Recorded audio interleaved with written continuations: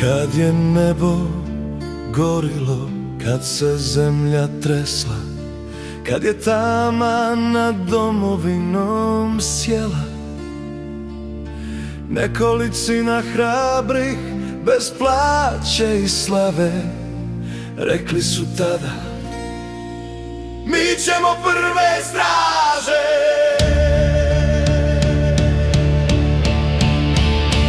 To je hrvatski dragovoljac, srce što gori, za dom i vjeru on se Bogu moli. Nije ih bilo mnogo, al vrijede za 100, zbog njih mi dišemo slobodno.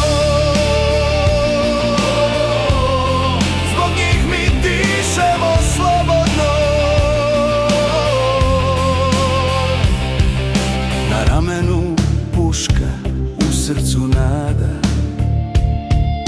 na usnama šapat hrvatska vlada.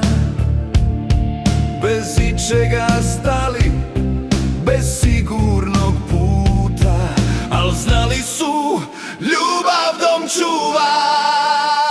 To je hrvatski dragovoljac, srce što gori, za dom i vjeru on se Bogu moli. Nije ih bilo mnogo, al vrijede za 100, zbog njih mi dišemo slobodno. Zbog njih mi dišemo slobodno. Kad pomisliš da ti je teško sad, sjeti se njih i tog svetog sad. Oni su išli kad nitko nije, da danas imamo mir i obitelji svoje. To je hrvatski dragovoljac, ponos i snaga, zastava vijori, a duša draga, s vjerom u Boga, s pogledom gor. Oni su temelj hrvatske zore. Hrvatski dragovoljac, hrvatski dragovoljac, hrvatski dragovoljac,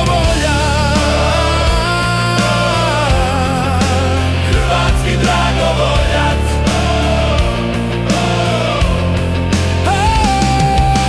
hrvatski dragovoljac, za dom i Boga, za narod svoj.